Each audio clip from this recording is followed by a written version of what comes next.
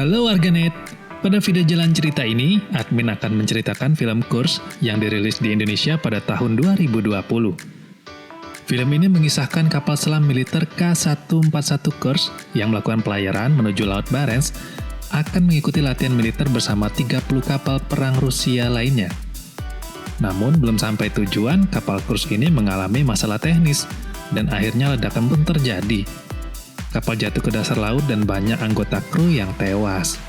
Semoga yang menonton video jalan cerita ini selalu diberikan kesehatan dan keluarga yang bahagia.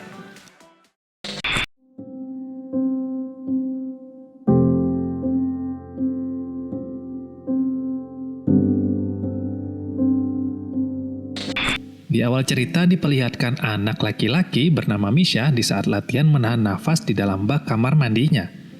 Misha nampak senang karena bisa menahan nafas begitu lama di dalam air. Ayahnya bernama Mikhail adalah seorang angkatan laut. Istrinya terlihat tengah mengandung anak kedua dari Mikhail. Keesokan harinya Mikhail mendatangi pelabuhan untuk mengambil haknya yang belum dipenuhi. Terlihat di sana temannya sedang beradu argumen dengan beberapa penjaga ketika mereka menunggu dengan pembayaran gaji. Setelah dari tempat itu, Mikhail menemui temannya yang bernama Pavel. Dia pun menceritakan bahwa dia akan menikahi kekasihnya dalam minggu ini, di mana sang kekasih meminta Pavel untuk membelikan kebutuhan pernikahannya. Maka Mikhail dan sahabat lainnya mengumpulkan uang iuran untuk membantu Pavel membelikan kebutuhan pernikahannya. Setelah uangnya terkumpul, mereka pun pergi menuju sebuah toko dan membeli sejumlah barang yang dibutuhkan oleh Pavel. Akan tetapi uang yang dikumpulkan itu belum cukup. Akhirnya Mikhail mencoba menggadaikan jam tangannya kepada kru. Alhasil, mereka mendapatkan barang-barang yang ingin mereka beli. Tiba waktu pernikahan Pavel, saat itu juga kekasihnya menanyakan kepada Pavel mengapa ia tidak memakai jam tangannya. Seketika itu Mikhail langsung menjelaskan mereka sepakat tidak mengenakan jam tangan dikarenakan sudah digadaikan untuk memenuhi permintaan pernikahan Pavel dan Daria. Mendengar hal itu, Daria menjadi terharu atas persahabatan yang mereka bina. Dan suasana pun menjadi bahagia serta mereka merayakan perpisahan, karena mereka akan kembali bertugas untuk belayar keesokan harinya. Esoknya terlihat semua kru memenuhi area pangkalan, tengah bersiap-siap untuk berlayar. Di sana Mikhail yang bertugas sebagai kepala mesin, memerintahkan anak buahnya segera memeriksa mesin untuk memastikan situasi keadaan. Yang mana kapal selam yang berbobot 14.000 ton itu akan mengikuti sejumlah latihan militer dengan beberapa kapal lain milik Rusia di perairan Barents. Di sisi lain terlihat beberapa kapal tempur lainnya yang sedang menunggu kedatangan dari kapal selam itu, yang mana akan menjadi suatu kebanggaan jika dapat latihan militer bersama.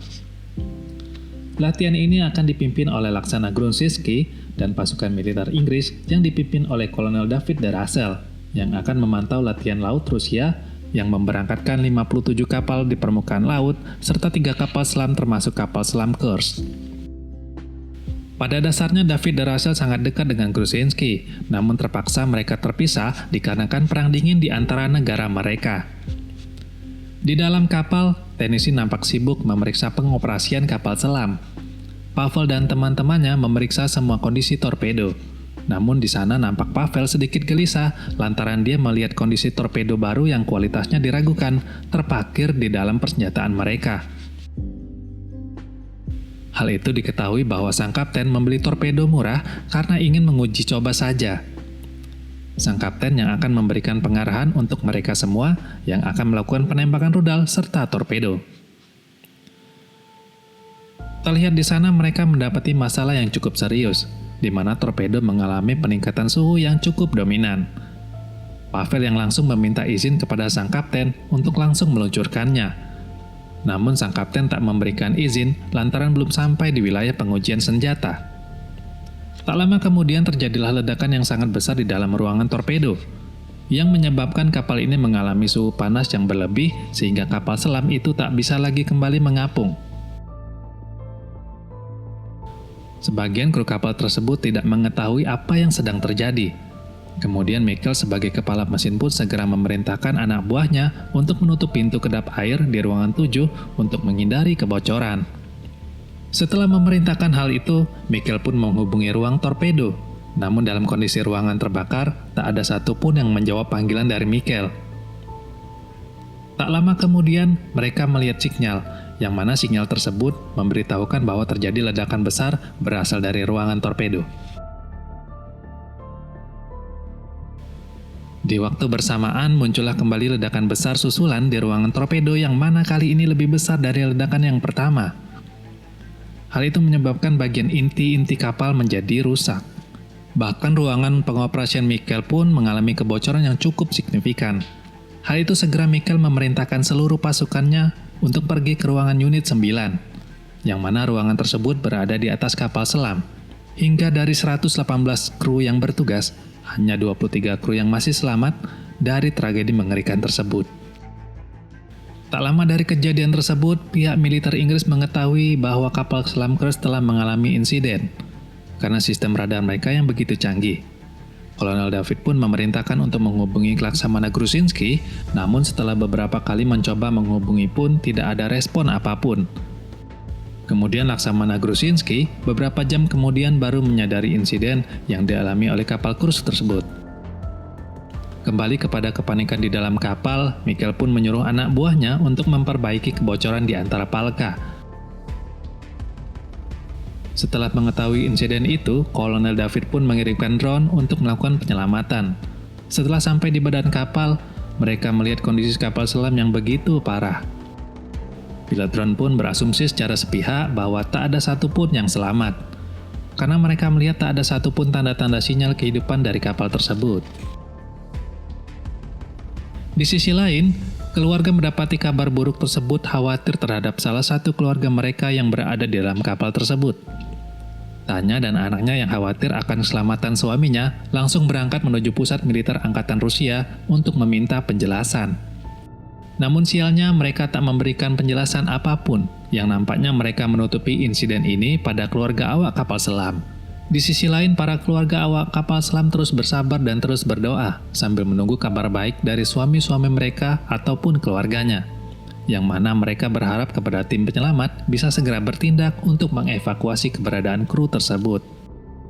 Awak kru yang selamat berjumlah 23 orang, dengan keadaan yang makin kritis, mengingat genangan air laut yang terus naik dan kadar oksigen yang kian menipis. Di luar kapal selam, drone terus memantau dan mengecek tanda suara, namun hal itu tak ditemukan sinyal dari awak kapal. Seketika Mikkel pun segera mengirimkan sinyal SOS dengan ketukan palu sebanyak 4 kali.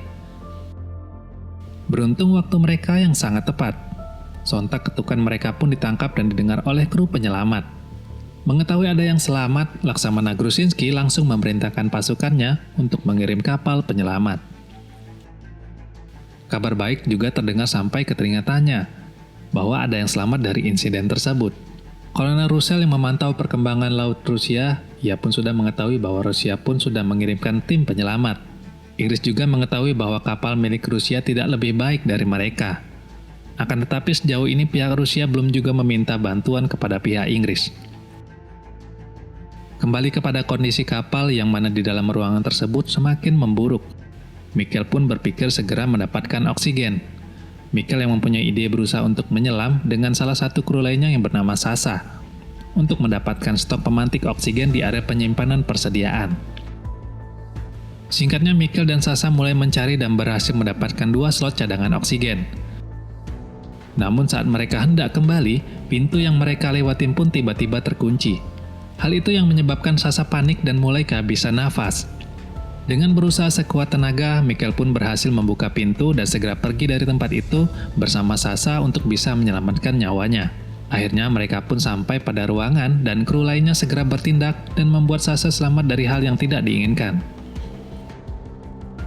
Leo yang hendak membantu memasakkan pemantik oksigen, Mikkel pun memberitahu kepadanya, jika alat ini sampai menyentuh air, hal itu menyebabkan ledakan yang sangat besar. Alhasil mereka kurang percaya, Mikkel mengambil perkara itu dan akhirnya mereka bisa menghirup udara segar kembali. Di sisi lain, Rusia sedang menyiapkan kapal penyelamat. Kapsul penyelamat pun mendarat di atas kapal selam. Mendengar hal itu pun mereka sangat bahagia bahwa sebentar lagi mereka akan segera diselamatkan. Sialnya, kapsul penyelamat itu pun kehabisan baterai dan memutuskan pergi dari kapal itu guna mengisi kembali baterai kapal dan kembali lagi dengan segera. Alhasil mendengar hal itu seluruh awak terlihat marah dan berpikir bahwa kapal penyelamat itu tidak akan kembali. Salah satu kru kapal memilih untuk keluar dari kapal, namun hal itu sangat dilarang oleh Michael, karena jika hal itu dilakukan, tekanan di bawah laut itu akan membuat dia tewas. Di sisi lain terlihat kapsul penyelamat sedang mengisi daya, namun hal itu dikejutkan bahwa proses pengisian daya pun membutuhkan waktu selama 12 jam, dan baterai cadangan pun sudah dibeli oleh kapal Titanic. Waktu demi waktu berlalu, terlihat para kru hanya bisa terdiam, bahkan dari mereka mengalami depresi. Salah satu temannya yang bernama Ole mencoba untuk menghibur dan berusaha membuat lelucon, dan akhirnya para kru tersebut pun tertawa. Alhasil suasana di dalam ruangan pun mencair dan tidak ada lagi rasa kecemasan. Setelah mengisi baterai yang cukup lama, kapsul itu pun kembali menyentuh badan kapal dan siap untuk menyelamatkan kembali.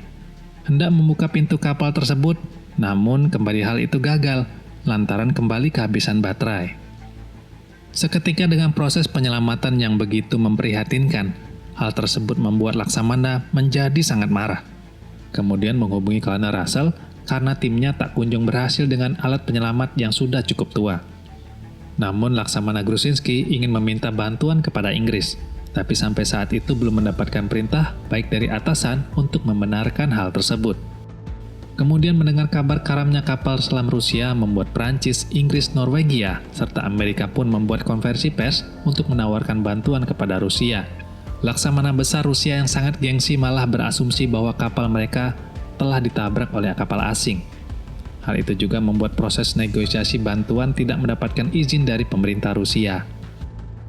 Di waktu yang semakin singkat, Angkatan Rusia pun mengadakan konversi pers bersama media dan keluarga awak kapal Kursk.